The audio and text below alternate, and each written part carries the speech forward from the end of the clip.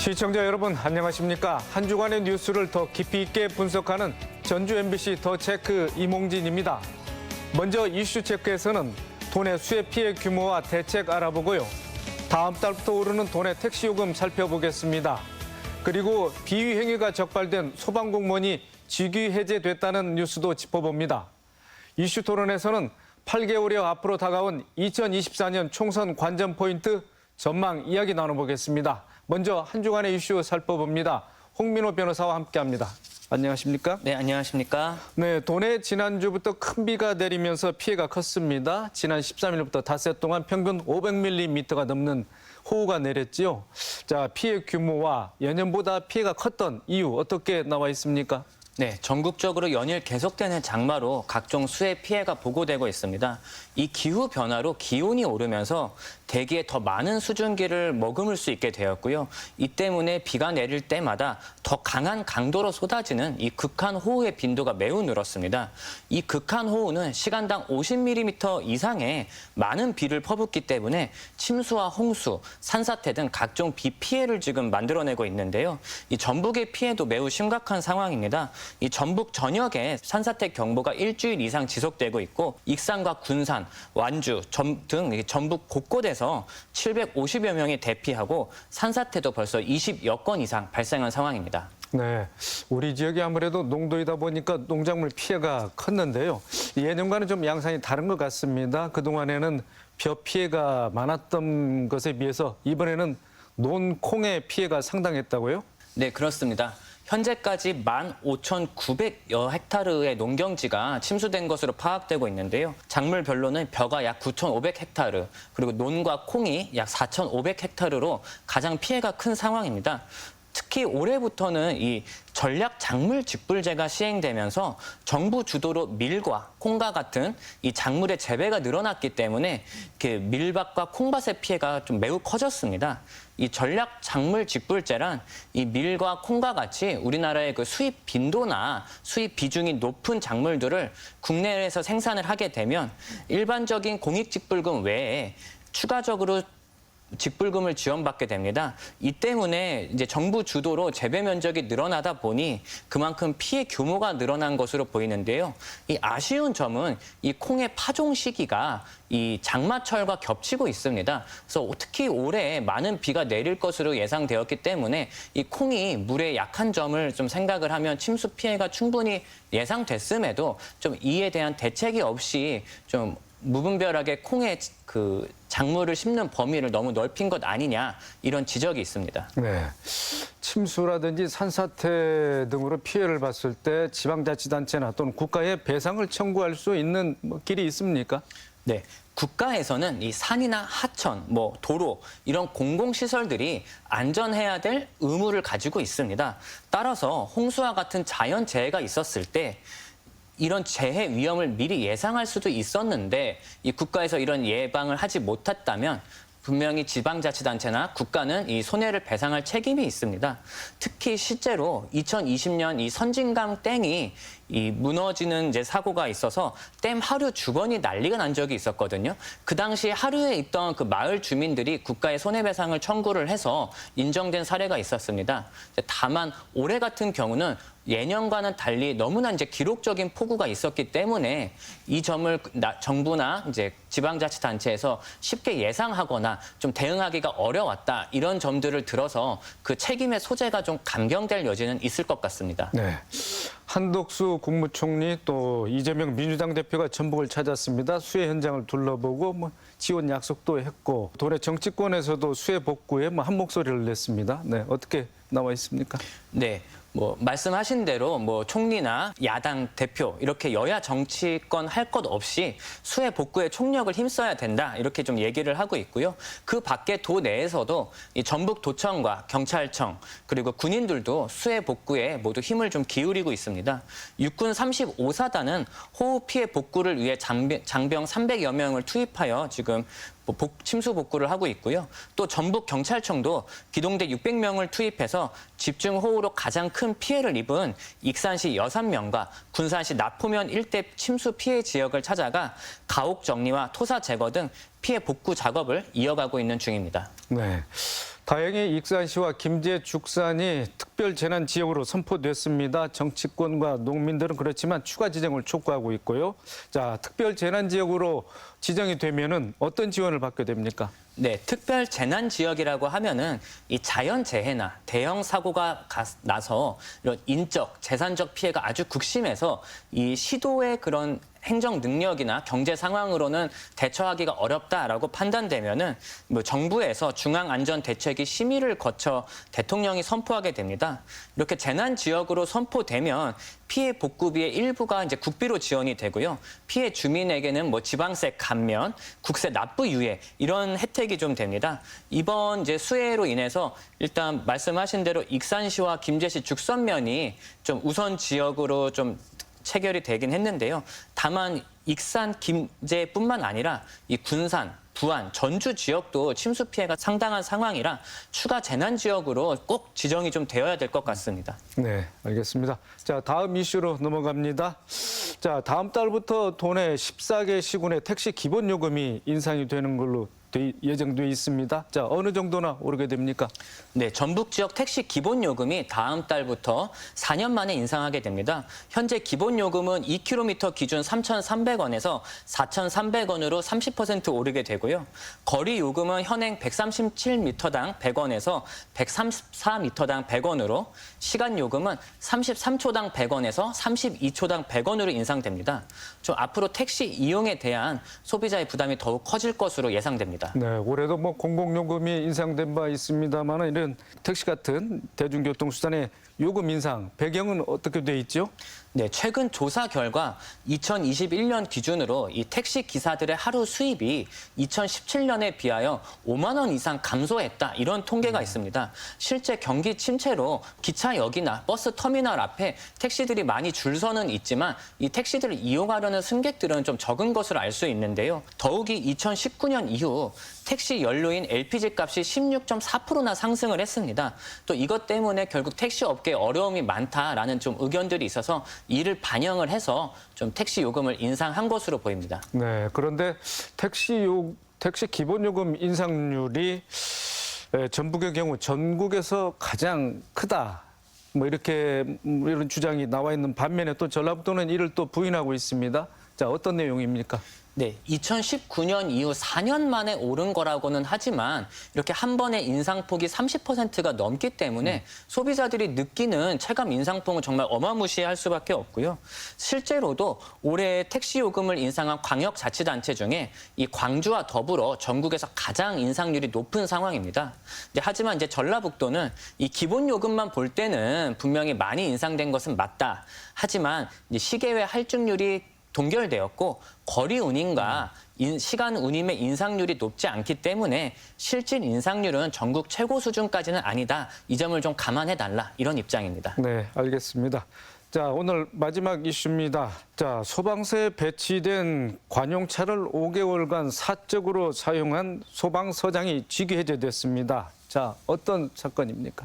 네, 지난 1일 지난 소방서에 부임한 소방서장이 부임 5개월 동안 관용 차량을 개인 차량처럼 이용한 것이 드러났습니다. 이 서장은 자신의 집에서 소방서까지 약 90km가 떨어져 있는데 이 차량을 관용차를 이용해서 출퇴근을 했고요. 심지어 뭐 휴일이나 명절에도 이 차량을 관용차 지정석이 아닌 자신의 집에 주차를 하며 출퇴근을 하고 개인적인 이용을 하는 등 이런 좀 비위 사실이 좀 밝혀졌습니다. 이 해당 차량의 운행 일지를 살펴보니 이 서장은 누적 운행 거리의 80% 이상을 개인 용도로 사용한 것으로 밝혀져서 좀 많은 시민들의 공분을 사고 있습니다. 네, 해당 서장 조직 내에서 직위 해제됐습니다만 또 법적으로 책임도 따릅니까? 네, 이 서장은 이 직전 근무지에서도 뭐 35,000km 가량의 그 좀 어떻게 부정 사용을 좀 한 것으로 보이는데요. 이 뭐 기름값이나 차량의 이제 감가 산정비 이런 것들을 뭐 분명히 부당 환수를 좀 할 수 있을 것 같고요. 특히 징계위원회에서는 뭐 추가적인 뭐 업무 추진비나 공금 횡령 그리고 근무지 일탈 이런 것들을 통해 뭐 행정적으로 처벌은 물론 또 이제 손해배상도 청구할 수 있을 것 같습니다. 네. 그런가 하면 전북 소방본부의 한 지역 소방서장이 갑질을 일삼았다는 내용의 투서가 접수됐는데요. 자, 본부가 직원들을 상대로 실명 조사를 했습니다. 당연히 여기에 대해서 비판 여론이 있겠죠? 네, 처음 소방청에 접수된 투서는 한 소방서장이 부하 직원에게 수년간 갑질을 일삼고 폭언을 하고 폭행을 했다 이런 내용이었습니다. 그리고 이 부당한 업무 지시에 대해서 항의한 직원에게는 좌천성 인사를 했다 이런 이제 어떤 폭로 글이 있었는데요. 이에 소방본부에서는 이 갑질 의혹이 이제 발생한 소방서의 직원을 대상으로 설문조사를 했습니다. 근데 문제는 여기서 더 큰 문제가 이제 발생한 것인데요. 설문조사 안내란에 공정하고 객관적인 조사를 위해 실명 제보를 받겠다라는 문구를 기입하고 소속과 계급, 성명 그리고 서명을 하지 않으면 해당 제보는 무효로 처리하겠다 이런 내용을 이제 기재한 것입니다. 이제 결국 갑질 피해자에게 신분을 밝히라라는 것과 마찬가지 내용인데요.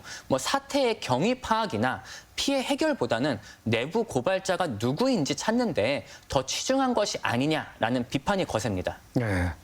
자, 소방공무원 노조가 성명을 냈습니다. 도내 소방서장들의 비위 행위가 적발될 때마다 그에 따른 후속 조치는 솜방망이 처벌에 그치고 있다.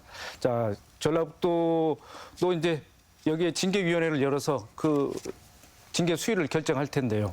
자, 네, 어떤 그렇습니다. 절차를 받게 됩니까? 예, 전북 소방노조는 소방 고위 공직자의 이 비위 행위가 근절되지 않는 이유는 비위에 맞는 적절한 징계가 이루어지지 않고 있다라는 이렇게 지적을 좀 했습니다. 과거에도 이 관용차를 개인 차량처럼 이용하는 사례가 있긴 했는데요. 그때에도 막상 징계는 견책 정도에 그쳤거든요. 만약에 이번에도 이런 견책이나 정직 정도의 경징계에 그치게 된다면 일선 소방관들의 불만은 점점 거세질 것이기 때문에 제 생각에는 이 전북도청이나 징계위원회는 해당 소방서장을 좀 중징계를 하는 것을 좀 검토해야 되지 않을까 이렇게 생각합니다. 네. 마지막으로 전북소방본부가 공직기강 확립과 비위 근절 결의 대회를 열었습니다. 구체적인 실천 결의사항이 나왔습니까? 네, 이날 결의대회에서는 도내 소방 고위 간부 20여 명이 참석을 해서 비위 행위 근절 사역식을 했는데요.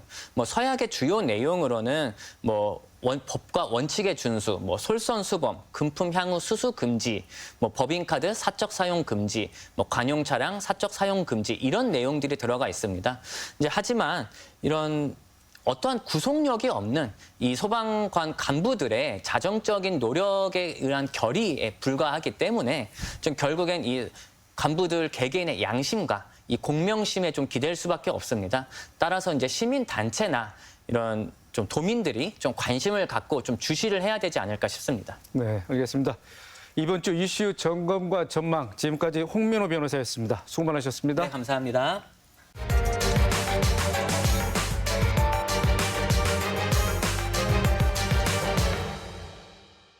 이슈 토론입니다. 내년 4월 제22대 총선이 8개월이 앞으로 다가왔습니다.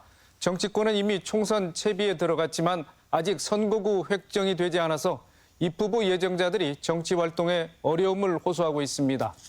그런 와중에 정동영 전 통일부 장관, 박지원 전 국정원장 등이 귀환을 예고했는데요. 치열한 공천 경쟁이 되지 않을까 합니다.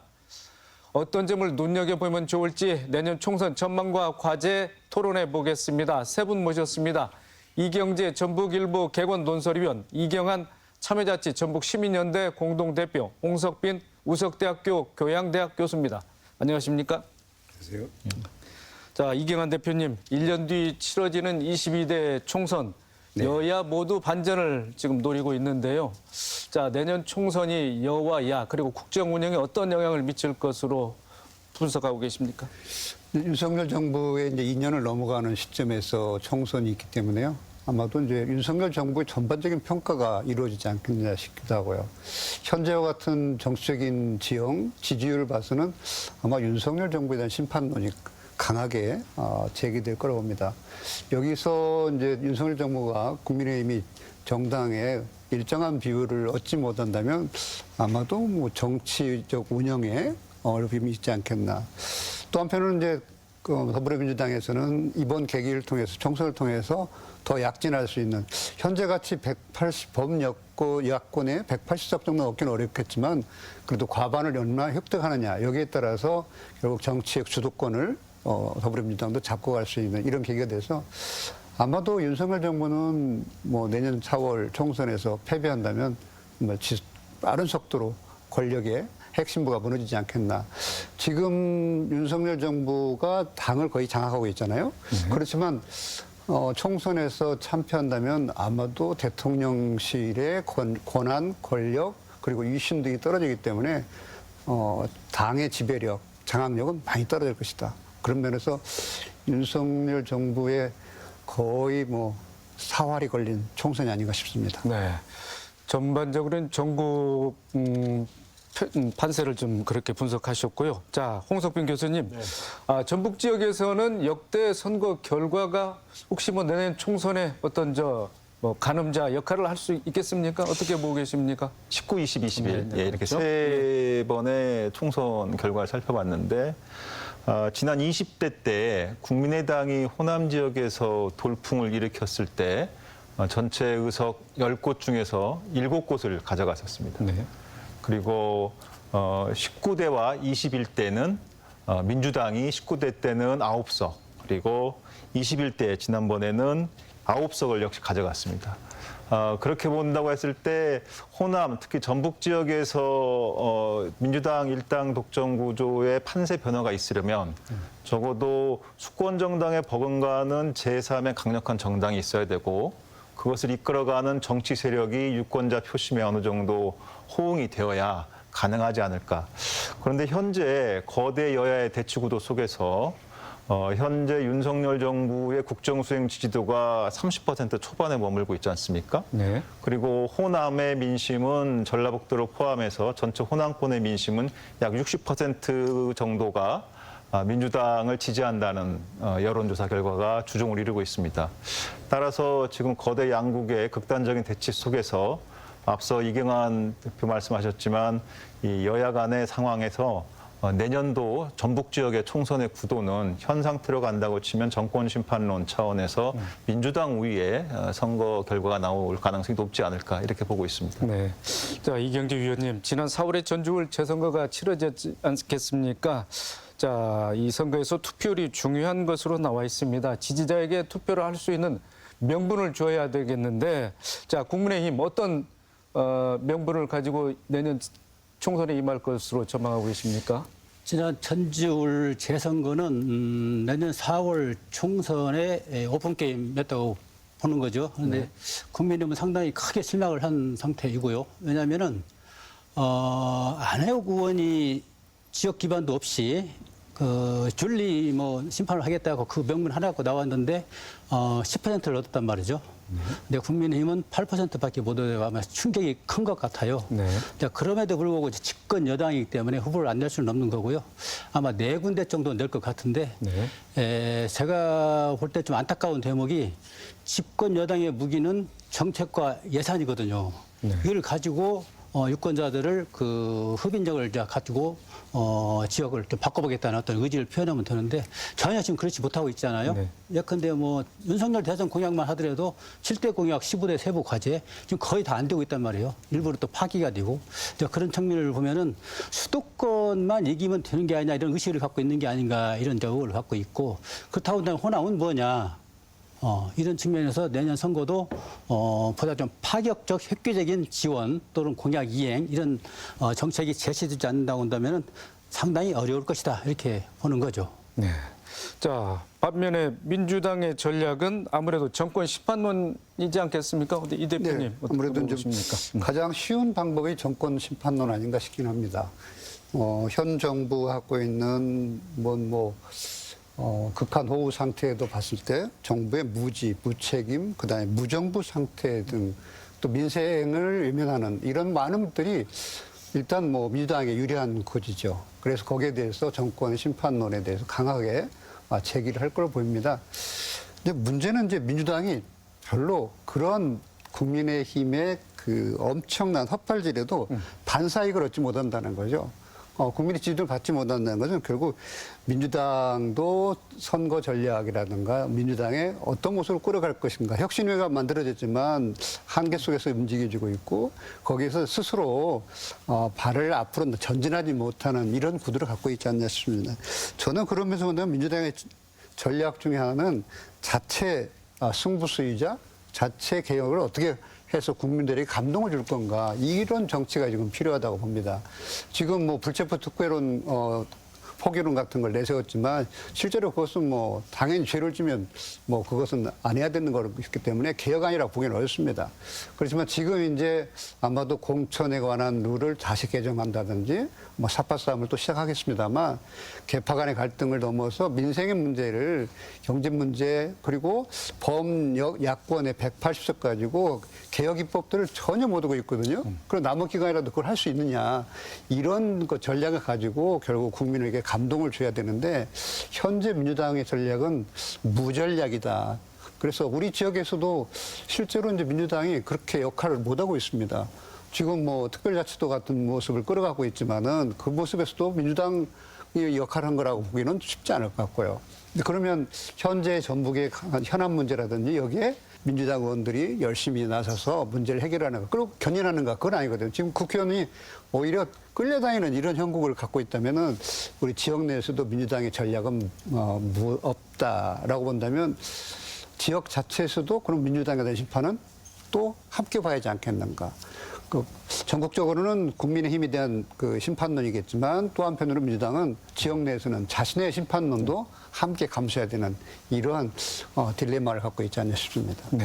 내년 총선에 더불어민주당 올드보이 호남 재입성을 노리고 있다는 보도가 연일 나오고 있습니다. 정동영 전 통일부 장관, 박지원 전 국정원장이 최근에 총선 출마 의지를 밝혔고요. 또 천정배 전 국회의원도 참여할 것 같습니다. 자, 정치 지형이 어떤 변화가 예고되고 있는지, 자, 이경재 의원님 어떻게 진단하고 계십니까? 네, 그 부분이 지금 관심을 쏙 불러고 있는데요. 네. 올드보이 하면은 좀 당사자들은 좋지 않을 것 같아요, 느낌이. 70대, 80대니까 올드한 거 아닙니까? 가선 중진 의원, 네. 올드보이는 올드보이이긴 한데요. 네. 우리 지역에서 일단 정동영, 유성엽, 이춘석, 조배숙 이런 이제 네. 분들이 3선, 4선을 하고 또 민심의 어떤 심판을 받아가지고 다시 재기를 하고 있는 그런 국면인데 이런 부분들이 대상이 될 것 같고요. 이미. 또 전남에서는 박지원, 천정배 두 분을 이미 공식화했습니다. 천정배 전 의원은 전 법무부 장관은 양영자 의원의 지역구인 광주 서구 그리고 박지원 국정원장 같은 경우는 지난번 목포에서 출마해가지고 37%포인트 득표를 했어요. 근데 11%포인트 차로 낙선을 했는데 아마 목포로 갈지 신안 쪽으로 갈지 그것은 두고 봐야 될 문제이긴 하고요. 다만 이제 왜 올드보이들이 이렇게 관심에 초점이 되고 있느냐. 그 출발점은 저는 현역들의 어떤 부진, 제 역할을, 제 기능을 못하기 때문에 이런 환경이 조성되는 거 아닌가 보고 있고요. 또 그럴 때 또 그럼 올드보이들이 그런 어떤 명분이랄지 당위성은 또 뭐가 있느냐. 이에 대한 비판도 많이 있죠. 평생 직업이 정치하는 거냐. 사선하고도 심판을 받았으면은 침잠하고 그래야지 왜 또 이렇게 기웃거리냐 이런 비판도 있는 건 사실이고. 다만 저는 개인적으로 볼 때는 지역 현안과 관련해서 현역들이 너무나 지금 못 오고 있다. 현역에 대한 그 평가를 보면은 갤럽 같은 경우는 얼마 전에 나온 것도 54% 물갈이 또 그 이전에 조사를 보면은 65%까지 물갈이 해야 된다 이런 조사 결과가 나와 있단 말이죠. 그래서 현역에 대한 어떤 불만 이런 것들이 상당히 많이 작용을 하면서 다선 중진 의원들을 좀 소환시키고 있는 국면이다 이렇게 보고 있고요.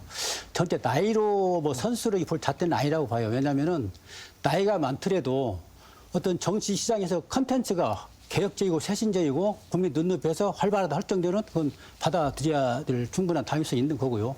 또 젊더라도 어떤 올드한 생각들을 많이 갖고 있는 사람들은 또 시대 흐름에 맞지 않잖아요. 그래서 시대 정신에 부합하면서 뭔가 좀 정치 시장에서 어필할 수 있는 좋은 컨텐츠를 갖고 있다고 한다면은 선수랄지 나이에 관계없이 소환해서 다시 속된 말로 써먹을 수 있는 그런 환경이 저는 오히려 바람직하지 않겠는가. 다만 이거는 유권자들이 판단할 문제이긴 한데 우리 전라북도 정치 시장을 놓고 보면은 그래도 어떤 올드보이의 어떤 소환 욕구가 상당히 강한 현재 실정이고 현역에 대한 물갈 욕구도 50, 60% 이루고 있는 실정. 이거 감안하면은 상당히 개연성 있는 그런 분석이라고 보고 있고요.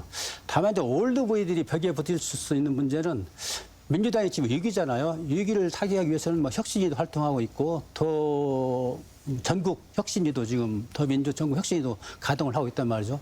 이런 그 기후에서 주장할 수 있는 것들은 다 변화, 쇄신인 거죠. 그리고 삼선 이상은 좀 치는 어떤 그런 기류 쪽에서 공천 작업이 진행될 것이기 때문에 당내 환경과 관련해서 이런 부분들이 어떻게 매치가 될 것인지 이 부분은 이제 과제로 남겨두고 있고요. 최종 결론은 민주당의 어떤 위기 상황을 어떤 식으로 극복해 나갈 수 있는 것인가 또는 신구 조화를 어떻게 커버해 나갈 수 있느냐 이런 문제는 숙제로 보여집니다. 네, 다선 중진 의원들의 재등장이 정치 지형에 어떤 변화를 예고하고 있고 또 지역 성장의 뭐 동력이 될 수 있다 이렇게 분석해 주셨는데 자 이경환 대표님께서는 어떤 생각을 갖고 저는 계십니까? 먼저 올드보이들이 다시 그 출마할 수 있는 가능성 틈을 결국 민주당이 줬다 이렇게 생각이 드는데요.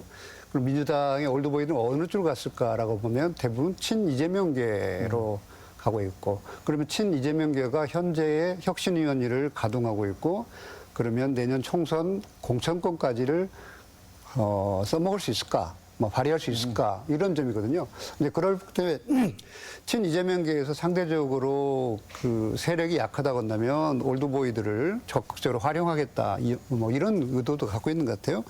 이제 그런 면에서는 그런데 개혁위원회에서 결국 공천 룰이 결정적인 영향이 클 거로 봐요. 86세대 이후는 이제는 정치 그 세력 대체를 해보자. 이런 민심이 워낙 강한데 여기에서 올드보이를 다시 재가동시킨다라는 것은 민주당도 상당히 구색이 난감할 것이다 이런 생각이 들고요. 우리 지역에서는 전북이나 전주권에서 소위 말하는 뭐 정세균 계파가 약화지면서 나타나는 틈새 현상이 아닌가 싶기도 합니다. 이제 그렇다면은 그 틈새를 좀 더 적극적으로 보려고. 만약에 그러면 지금 정치를 재개하겠다고 선언한 이 사람들이 민주당을 앞으로 어떻게 볼 건가? 저는 모르겠어요. 이제 향후에는 그 세력 간의 격한 갈등이 있으면 비대위로 갈 수도 있겠다 이렇게 보거든요. 뭐 비대위로 간다면은 상당 부분 여기서 소위되면 또 다른 제3의 정당을 또 갈 수도 있는 요소도 있겠다. 이미 자체 공천에서 걸러지면은 뭐 한번 정치를 해보겠다고 맘먹은 이 원로들이 쉽게 물러서지는 않을 거다라고 한다면 또 다른 모색을 할 수도 있는 이런 그럼 정치 지형이 좀 어떤 모습을 바뀔지 예의주시하고 싶습니다. 네, 이런 올드보이 다선 중진 의원들의 등장 못지않게 현재 뭐 3명의 현역 의원이 각축을 벌이고 있는 전주 을이 있고요. 또 군산 지역도 뭐 현역인 뭐 신영대 의원에 맞서서 또 동문 김의겸 의원이 또 대결 상대로 떠오르고 있습니다. 자, 이경재 위원님 어떻게 전망하고 계십니까? 유권자 입장에서 보면은 치열한 경쟁 구도를 저는 만들어줘야 된다고 생각을 합니다. 그리고 거기에서 판단은 유권자들이 하는 거기 때문에 경쟁 구도가 없으면은 네. 민주당 내에서도 그렇고 민주당과 국민의힘 그런 정당 간의 그런 구도도 그렇고 지역이 침체가 되는 거예요. 그래서 누가 특정인을 뭐 놓고 잘하냐 못하냐 이것보다는 당내 경쟁 구도는 공정하게 관리할 수 있는 그런 장치를 만들어주고 누구든지 와라. 그 정당 간의 지역의 문제에서는 정당 간으로도 경쟁을 해라. 그래서 뭔가 좀 상품성이 좋은 사람들이 등원해가지고 지역을 대표하고 지역을 변화와 혁신 끌어가는 그런 구도에서 놓고 본다면 저는 어떤 케이스든지 좋다. 군산도 좋고 뭐 전주 지역도 좋고 저는 그렇게 보는 입장이긴 한데 다만 지역의 큰 관점에서 놓고 보면은 지역이 많은 일들을 추동시키고 있는 과정에서 어려움이 많아요. 지역 국회의원 숫자도 적은 데다가 초선 재선 의원으로 구성되어 있기 때문에 상임위 문제도 그렇고 또 전국의 큰 현안을 풀어가는 문제도 그렇고 적어도 이제 중앙당 차원에서 지도부가 들어가야 뭔가 좀 시쳇말로 말빨이 쓰고 영향력이 행사가 되는 건데 그런 기능도 못하고 또 중앙부처에 대한 호령도 해야 되는데 초선 재선이다 보니까 중앙부처에 대한 호령도 먹히지가 않고 이 한계를 절실히 겪고 있기 때문에 아마 중진 다선 의원을 지금 소환시키는 그런 상황도 전개가 된 거 아닌가. 지역구에서도 치열하게 경쟁해가지고 상품성이 좋고 정치 컨텐츠가 좋은 분들이 선택을 받아가지고 나가야 된다. 저는 그렇게 보는 입장입니다. 네, 홍석빈 교수님. 네. 자, 본선보다 더 치열해질 예선전인데 그야말로 뭐 공천 전쟁이 벌어지겠습니다. 뭐 지역별로 어떻게 뭐 전망을 하고 계십니까? 네, 뭐 지금 전주울 같은 경우는 입 후보자가 10명이 훨씬 넘는 숫자가 나오고 있고 또 국회의원들이 3명이나 또 경합하고 있지 않습니까? 지금 이제 그것보다도 더 중요한 것은 사실은 이제 국회 정개특위에서 이 선거구 획정, 선거법 이런 것 관련해서 지금 논의가 진행되고 왔는데 지난 7월 13일에 그 정개특위 논의가 있었습니다. 그런데 단 한 발도 전진하지 못했죠. 이에 대해서 이제 김진표 국회의장이 7월 보름께까지는 결론을 내달라라고 요청했지만 역시 답보 상태에 빠져 있습니다.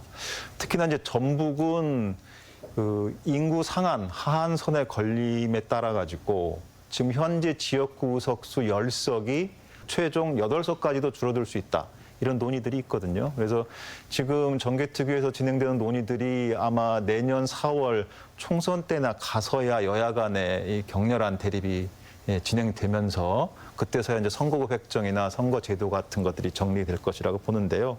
그럼에 따라서 만약에 지역구 숫자가 줄어들게 되면 전북 내에서의 그 정치인들 간의 경합은 더 심해질 테고 그야말로 공천 전쟁이라는 말에 맞는 그런 현상들이 벌어질 것으로 예상을 합니다. 네.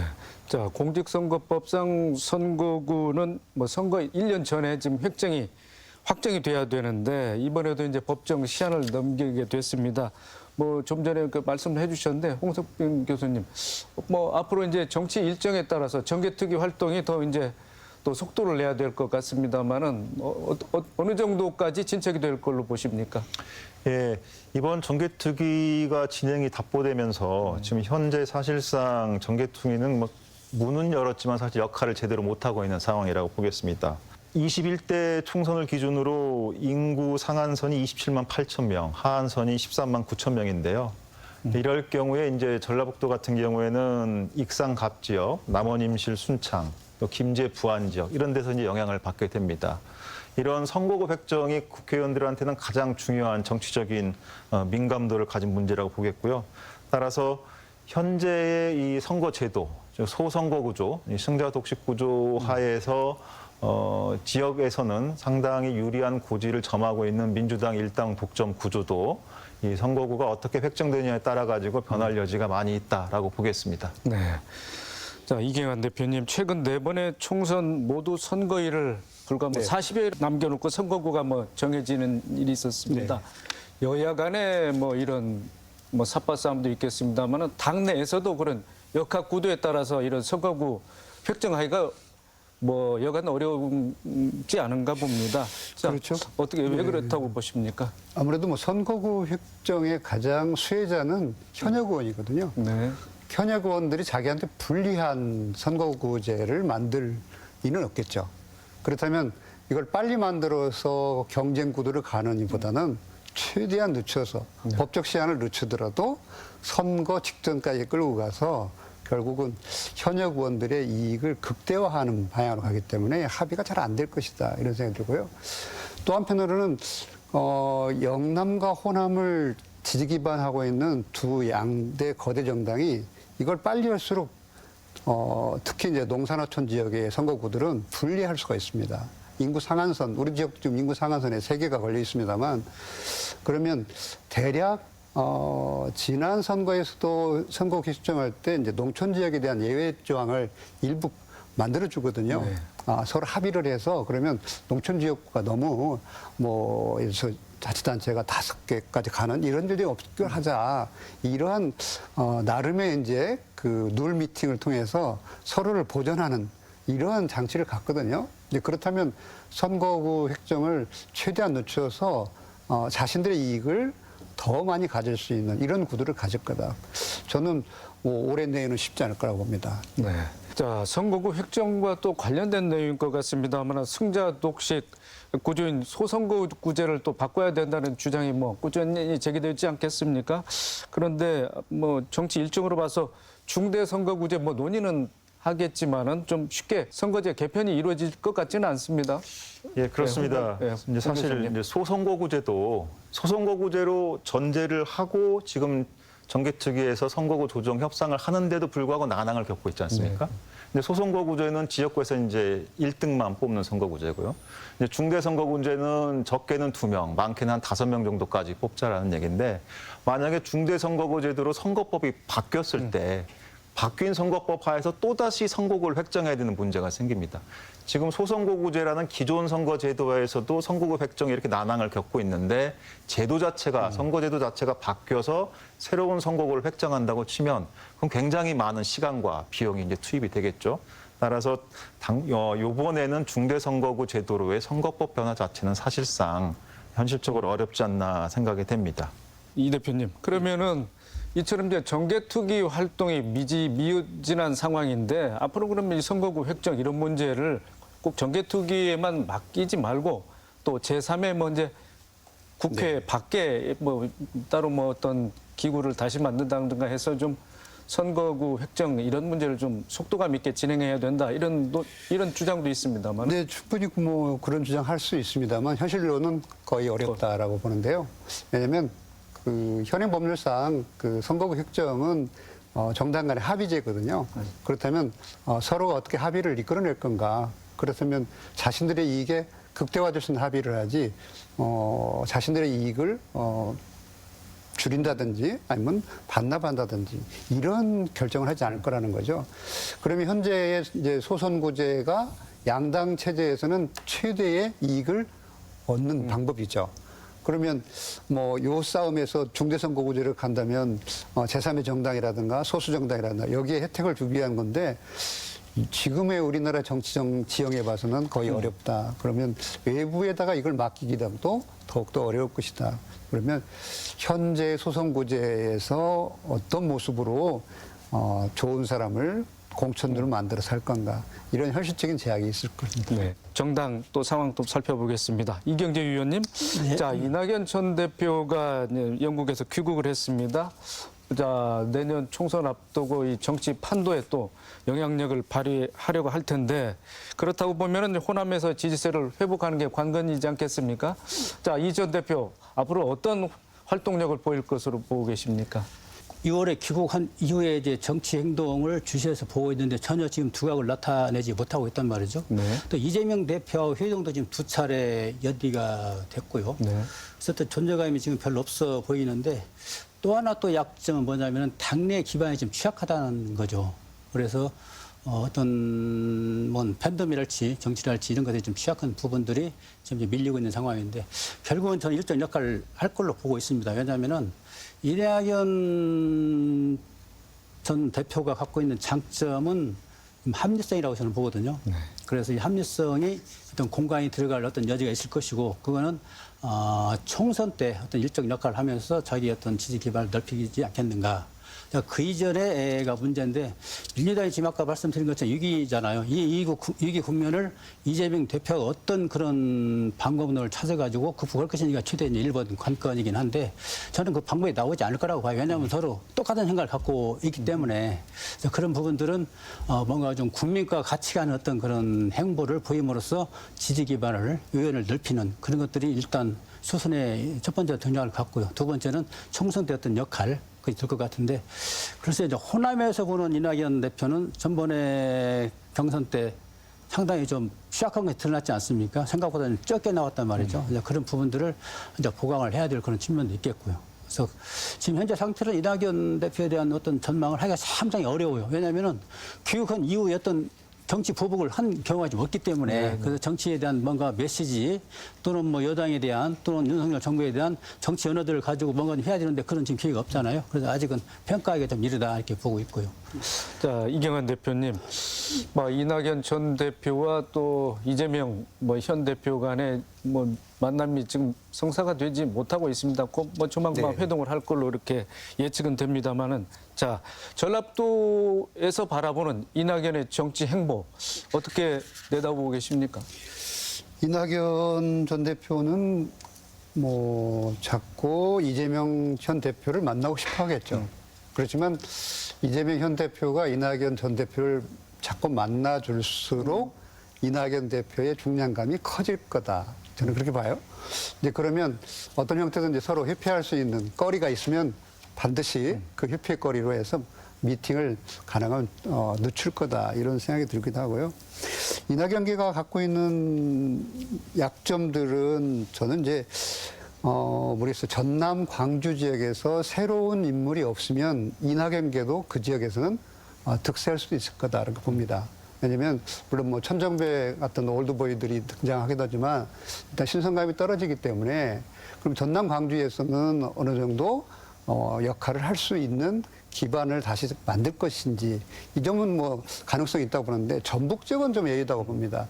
이낙연계로 줄을 서기에는 전북이 이미 전북특별자치도라든가 이렇게 특별 독립 노선을 걷고 있는 상황 속에서 전북의 정치인들이 이낙연계에다가 줄을 대는 것은 상당 부분 어렵다. 그럼 정치를 거의 안 할 생각이면 그쪽으로 가겠지만 정치를 할 생각이면 뭐 최소한 현 이재명계든지 아니면 그 범 세력들 중심으로 가면 그나마 이제 가능성이 있기 때문에 그렇다고 해서 뭐 이제 흘러간 물인 정세균파를 갖고 이제 정치를 하기는 어렵지 않습니까? 이제 그런 형태로 한다면 전북은 아마도 이낙연계하고는 줄을 달리할 확률이 높다 이렇게 봅니다. 네, 알겠습니다. 자, 이경재 위원님, 국민의힘 전북 도당위원장의 조배숙 전 의원이 단독 응모에서 선출이 됐습니다. 아직까지 총선 출마 여부에 대해서는 표명을 하지 않고 있는데 어떻게 전망할 수 있을까요? 아마 깊이 생각하고 있을 겁니다. 4선 중진 의원이고 또 조배숙 전 의원은 도지사에 대한 상당히 꿈이 강했었어요.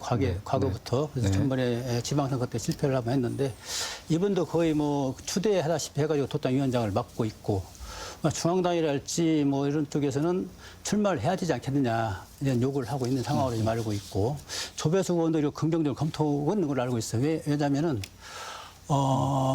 도당위원장으로서 뭔가 진두지휘를 좀 해야 되고 본인이 또 솔선수범해야 한다는 측면도 있지만은 나가서 싸워야 어떤 전리품이 생기는 거지 그냥 앉아서 있다가는 전혀 그런 게 없다. 그래서 다음에 일할 수 있는 공간을 만들기 위해서라도 출마를 해야 된다. 이런 의지를 갖고 있고 그에 대한 그런 압축하는 분위기가 상당히 갈수록 강해지고 있는 것 같아요. 아마 저는 나갈 걸로 저는 보고 있습니다. 네, 알겠습니다.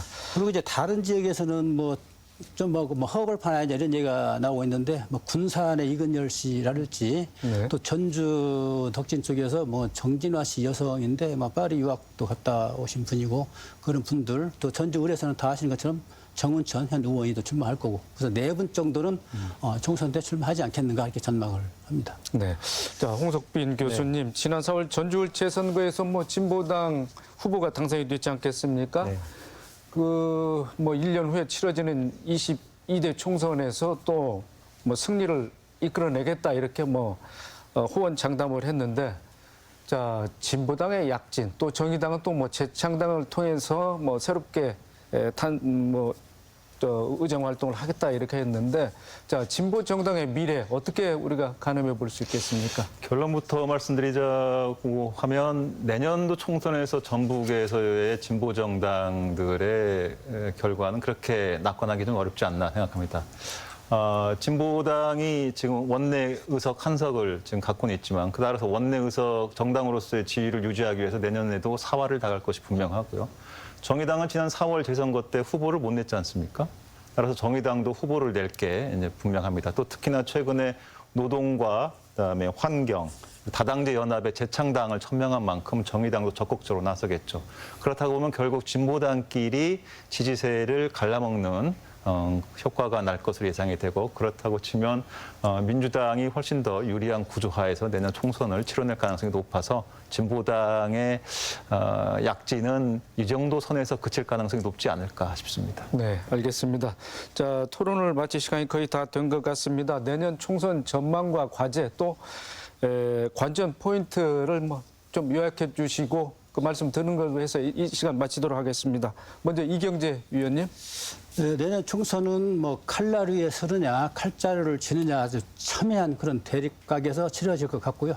우리 전라북도 지역 같은 경우는 너무나 좀 왜소해진 어떤 상황이기 때문에 그걸 부각할 수 있는 어떤 트렌드가 형성이 되면서 진행될 것 같고요.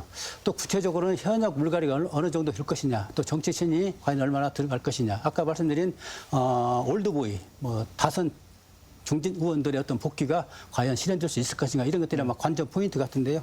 근데 유권자분들께서 아마 주의 깊게 보셔야지 선거에 딱 가가지고 보면은 헷갈리란 말이죠. 뭐 루소가 얘기했지 않습니까?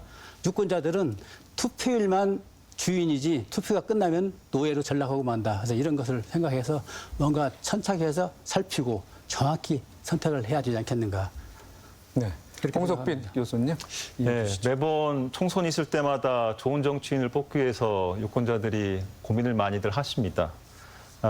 정치는 룰을 결정하는, 규칙을 결정하는 곳이기 때문에 유권자들의 삶에, 국민의 삶에 직접적인 영향을 미치죠.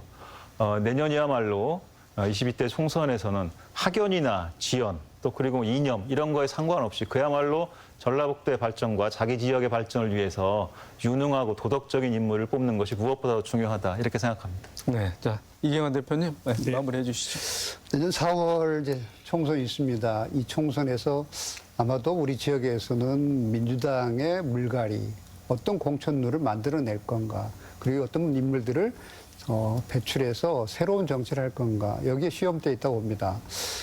이런 정치를 지역에서 잘할 수 있도록 민주당의 공천룰을 제대로 좀 바꿨으면 좋겠다는 생각이고요. 그런 과정 속에서 새로운 인물들을 우리가 배출하고 그 인물들을 키워서 전북적 발전에 견인차를 할 수 있는 좋은 총선 계기가 됐으면 좋겠습니다. 네, 세 분 오늘 수고 많으셨습니다.